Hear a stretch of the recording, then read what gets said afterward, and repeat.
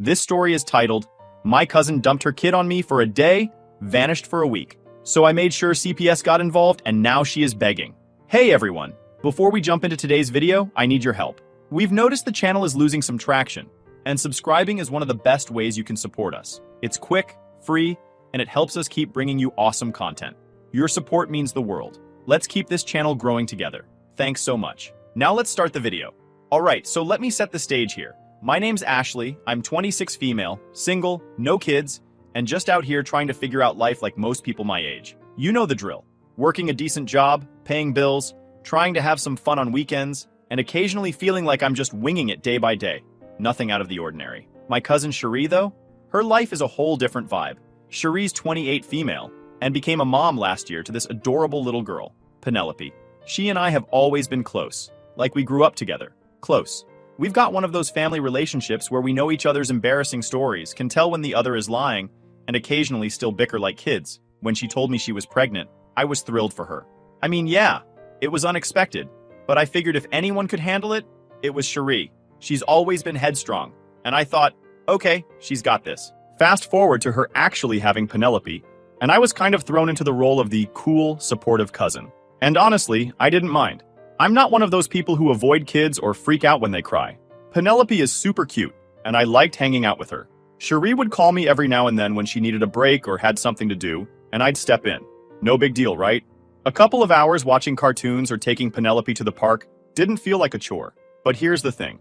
I didn't realize just how much Cherie was leaning on me until things started to escalate. At first, it was little stuff. Running errands or babysitting for an evening. It felt manageable, and I figured, I'm helping her out. She's probably just stressed adjusting to being a new mom. Cherie didn't have the most stable support system. Her relationship with Penelope's dad didn't last, and while she had my aunt and a few other family members around, they weren't exactly reliable. So, I stepped up. For a while it worked. Cherie got some time to herself, Penelope was happy, and I felt like I was doing a good thing. But looking back, there were a lot of red flags I just ignored because, well, it's family. Like there were times when Cherie would be late coming back, and I'd be sitting there thinking, okay, she's just running behind. But it kept happening. I'd agree to watch Penelope for a couple of hours, and it would turn into 3, then 4, then sometimes the whole evening.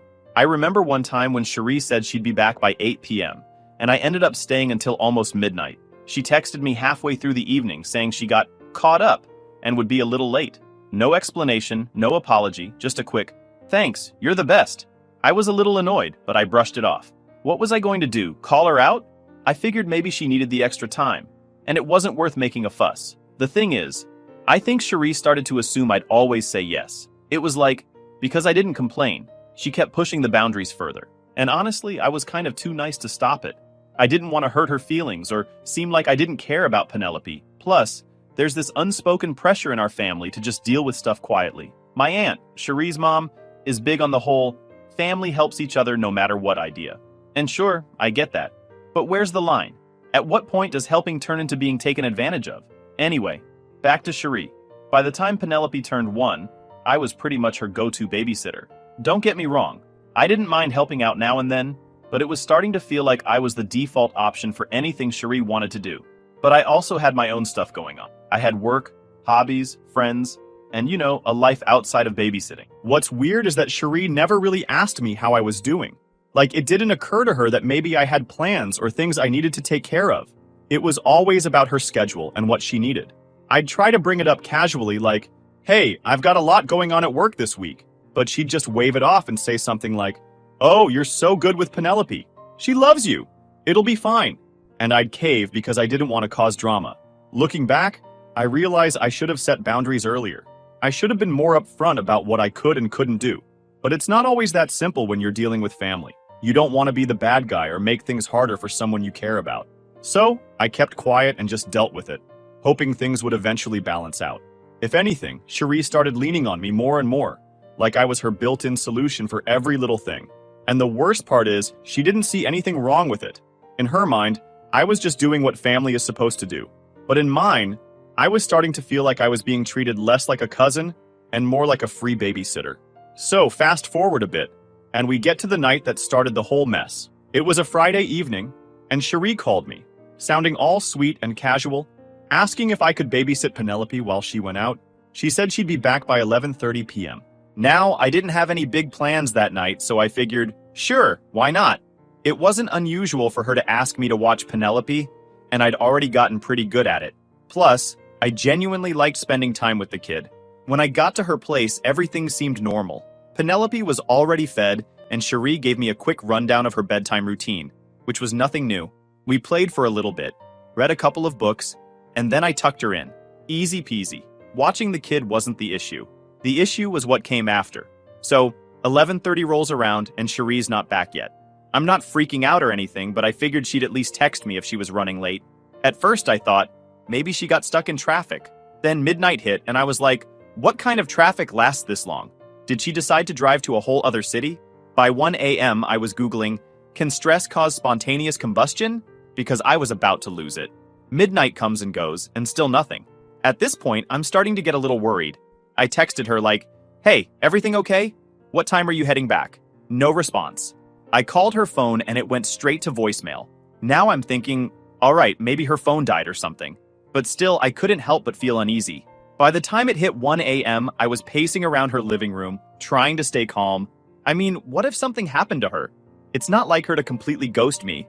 I kept checking my phone every 5 minutes, hoping for a message. Nothing. I didn't want to overreact, but I was stuck in this weird place where I didn't know if I should be mad, worried, or both. Meanwhile, Penelope was sound asleep, completely oblivious to the chaos brewing. By 1 a.m., my brain was spiraling through every possible scenario. Was she okay? Did she run off to join a cult? Was she plotting a surprise heist? I kept pacing the living room like a detective, piecing together a mystery with no clues. Finally, at 3 a.m., my phone buzzed. I nearly gave myself whiplash grabbing it, thinking Cherie had been abducted by aliens or something. Nope. Her text just casually said, staying at a friend's, see you tomorrow. Like she was texting a concierge, not the person watching her kid all night. All it said was, hey, I'm staying at a friend's tonight. It's late, so I'll just come back tomorrow. That was it. No apology, no thank you for staying up all night, nothing. I sat there staring at my phone like, are you kidding me? I didn't even know how to respond. I was relieved she was okay and not like in a ditch somewhere, but I was furious. She didn't even bother to let me know until hours after she was supposed to be back. And the way she phrased it, like it was no big deal, that just made it worse. By that point, I was too tired to argue. I figured, all right, Penelope's asleep. I'll just crash here on the couch and deal with this in the morning. But let me tell you, trying to sleep when you're both exhausted and annoyed is a nightmare. I kept tossing and turning, replaying the whole evening in my head and wondering what the hell Cherie was thinking. The next morning, I woke up to the sound of Penelope crying.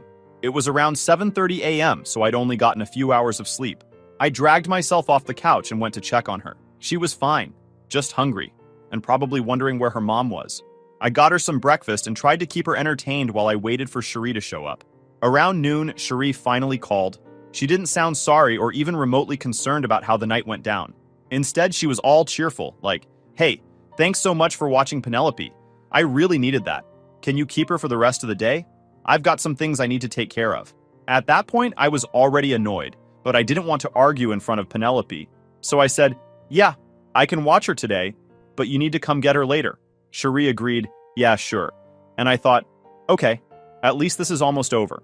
But then she casually added, oh, by the way, I'm thinking about going out of town for a few days.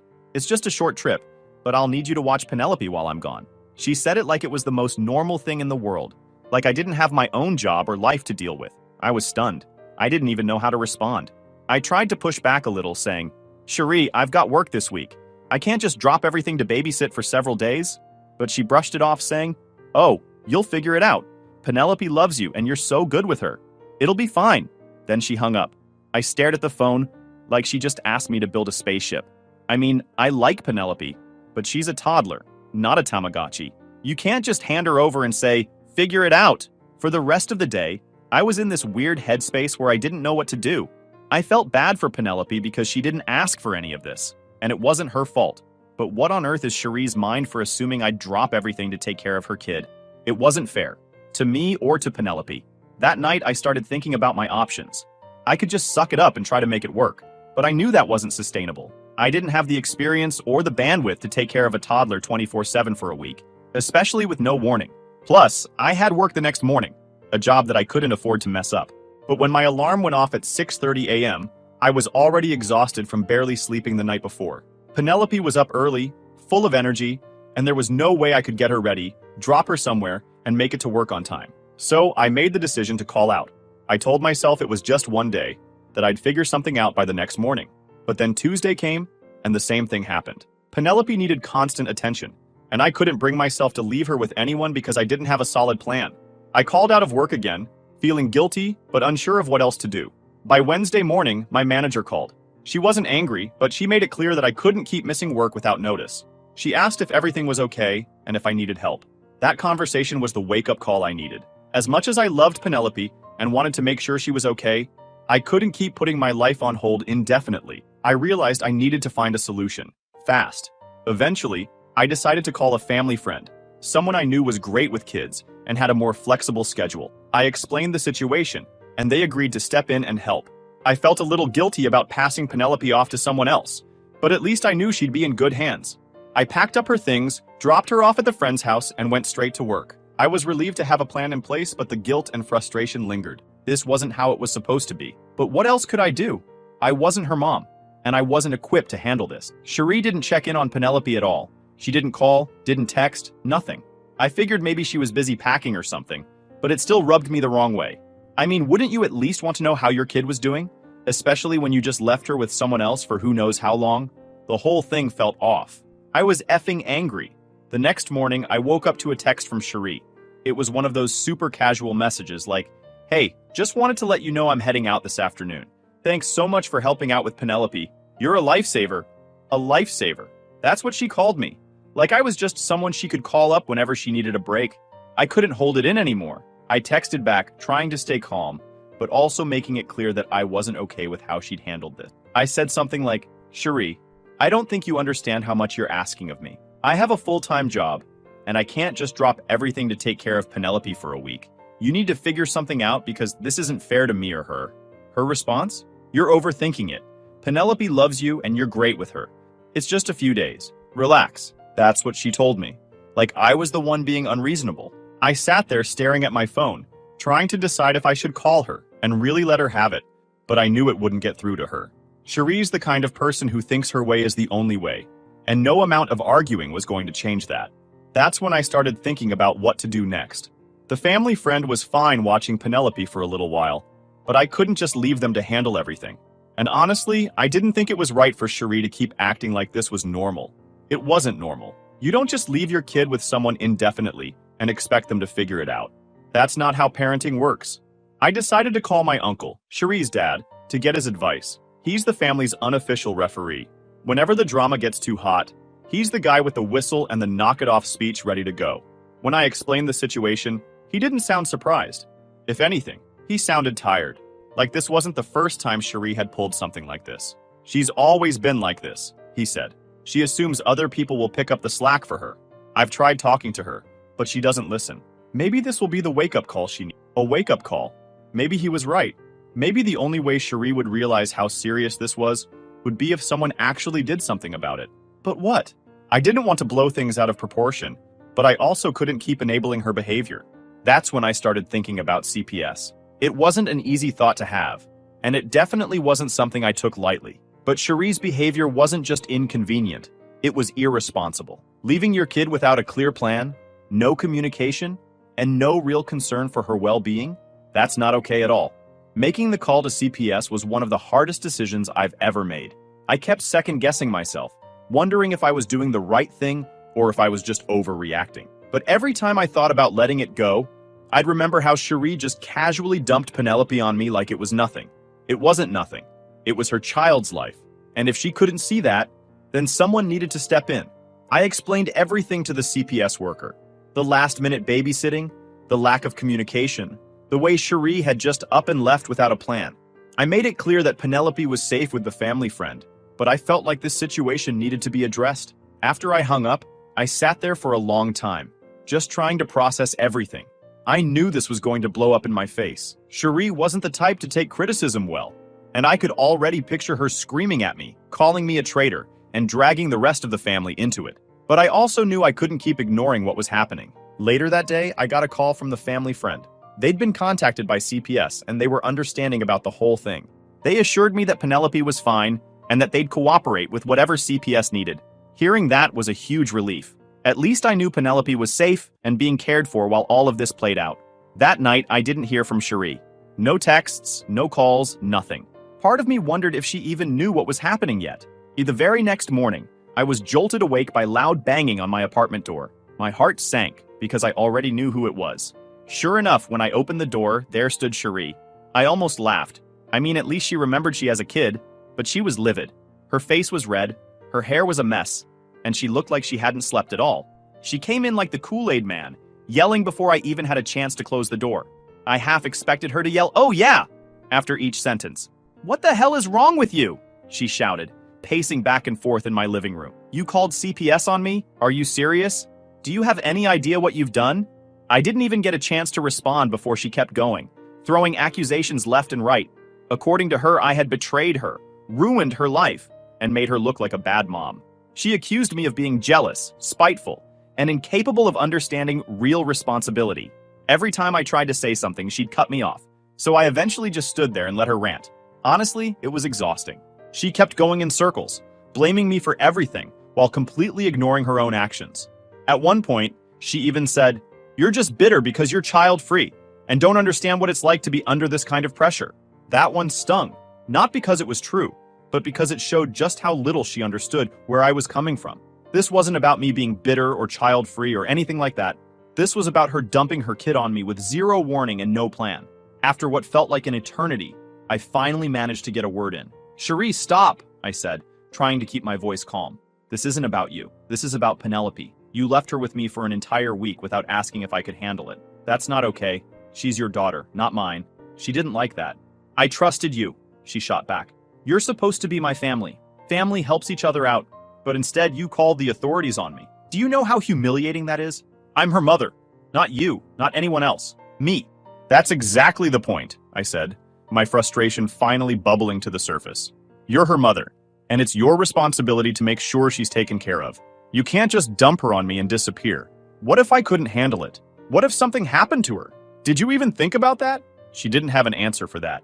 Instead, she just kept deflecting, blaming me for blowing things out of proportion, and insisting that I should have handled it differently. When I asked her what I was supposed to do, just suck it up and take care of Penelope indefinitely, she didn't have a real answer. It was clear she hadn't thought this through at all. By the time she finally left, I was completely drained. But of course, that wasn't the end of it. Within hours, I started getting calls and texts from other family members, all of them with their own opinions about the situation. My aunt, Cherie's mom, was the first to call. She was furious. "How could you do this to Cherie?" she demanded. "You're supposed to support her, not tear her down. She's been through so much already, and now you're making it worse. Family doesn't call the authorities on each other." I tried to explain my side of things, but she wasn't having it. To her, I was the villain who had escalated things unnecessarily. She kept saying, "You should have just talked to her," as if I hadn't already tried that. It was like no one wanted to acknowledge that Cherie was the one who put me in this position in the first place. Thankfully, not everyone in the family was against me. My uncle called me later that day to say he supported my decision. "You did the right thing," he said. "Cherie needs to be held accountable for her action. This isn't about punishing her. It's about making sure Penelope is safe." Hearing that was a relief, but it didn't make the rest of the family drama any easier to deal with. Work became a nightmare too.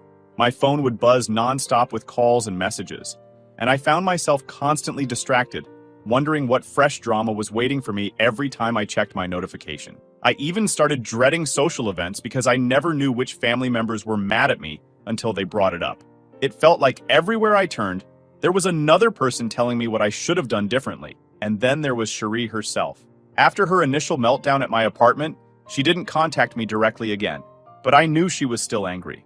I'd hear from other family members that she was telling everyone how I had betrayed her and made her life miserable. What hurt the most was how she completely ignored Penelope in all of this.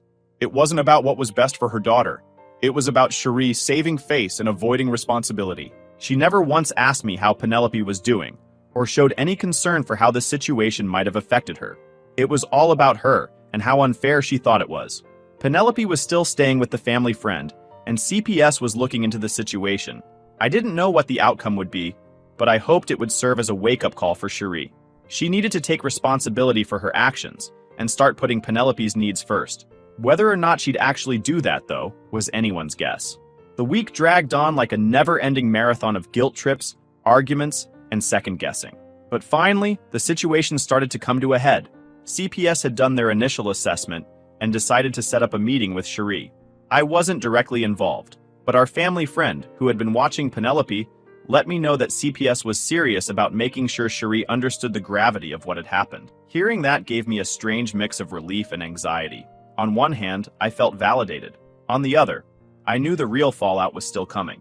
One afternoon, my uncle called me. He'd just spoken to Cherie and he wanted to give me a heads up about what was going on. "She's furious, as usual," he said, his voice heavy with frustration. "But I think she's starting to realize this isn't just going to go away. CPS is making her jump through some hoops and she's not happy about it." "What kind of hoops?" I asked. "She has to take a parenting class and meet with a social worker regularly for a while. They're keeping Penelope with the family friend for now, which honestly is the equivalent of giving Cherie a yellow card in soccer. It's a warning, not a full penalty, but she better get her act together. She's blaming you for all of it, of course." That last part didn't surprise me. Cherie had made it clear from the start that she thought this was all my fault. But what did surprise me was what my uncle said next. "I told her she has no one to blame but herself," he said. "I told her this was a wake-up call, and she should be thanking you for stepping in when she couldn't handle things." Hearing that kind of support, especially from someone in the family, was a huge relief. For the first time, I felt like someone really understood where I was coming from. But at the same time, I knew Cherie wasn't going to see it that way. Sure enough, Cherie eventually found a way to contact me directly. She called me one evening, her tone less angry but still laced with resentment. "I just want to know why you did this," she said. "Why couldn't you just talk to me? Why did you have to call CPS and blow everything up?" "Cherie, I tried talking to you. Do you remember what I said that morning when you told me you were leaving for a week? I told you I couldn't handle it. You brushed me off like it didn't matter. You didn't even ask if I was okay with it. And then you left Penelope with me anyway." "That's not fair," she said quickly. "I trusted you. I thought you'd be there for me." "This isn't about trust," I said, trying to keep my voice steady. "This is about responsibility. You didn't make a plan for Penelope. You just assumed I'd figure it out. That's not okay. She's your daughter, Cherie, not mine." There was a long pause on her end, and for a moment, I thought she might actually hear me. But then she said, "You could have just handled it quietly. You didn't have to call CPS. Do you know how humiliating this is for me?" I sighed. "Cherie, please understand, this isn't about humiliating you. This is about making sure Penelope is safe and that you understand how serious this is. You can't just leave her like that and throw your kid on other people to take care of." She muttered something about me being dramatic, like calling CPS was the same as forgetting to water her plants, and then hung up. It wasn't the resolution I wanted, but at least I got to say my piece. In the days that followed, the family drama started to settle, at least on the surface. CPS continued to work with Cherie, and Penelope stayed with the family friend for a little longer. My aunt eventually stopped calling me, though I'm pretty sure she's still holding a grudge. The group chat went quiet for a while, which was honestly a blessing. I think everyone was just burned out from all the arguing. As for me, I started focusing on getting back to some sense of normalcy. I threw myself into work, reconnected with friends, and did my best to ignore the lingering tension with certain family members. It wasn't easy, but it felt good to reclaim my time and energy. One day, a few weeks later, I got a text from the family friend who had been watching Penelope. "She's doing great," they wrote. "Still her happy, curious little self.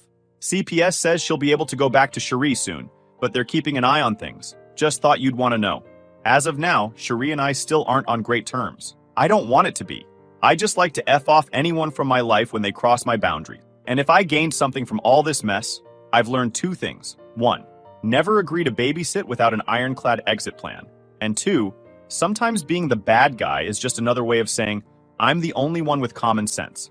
If that makes me the villain, I'll wear the cape. I also started to put boundaries even with family. I had to start saying no like it was my full-time job because apparently in this family, yes translates to open 24/7 babysitting hotline. Also, just because someone is related to you doesn't mean you have to put up with being taken advantage of. Sometimes, doing the right thing means standing your ground, even if it means upsetting people you care about. It's been a messy, exhausting journey, but I don't regret what I did. Penelope is safe, and Cherie is being held accountable. If that makes me the bad guy in some people's eyes, so be it. I can live with that. And that's where things stand for now. Thanks for sticking with me through this story. Do you think I went too far? What would you do if you were in my place?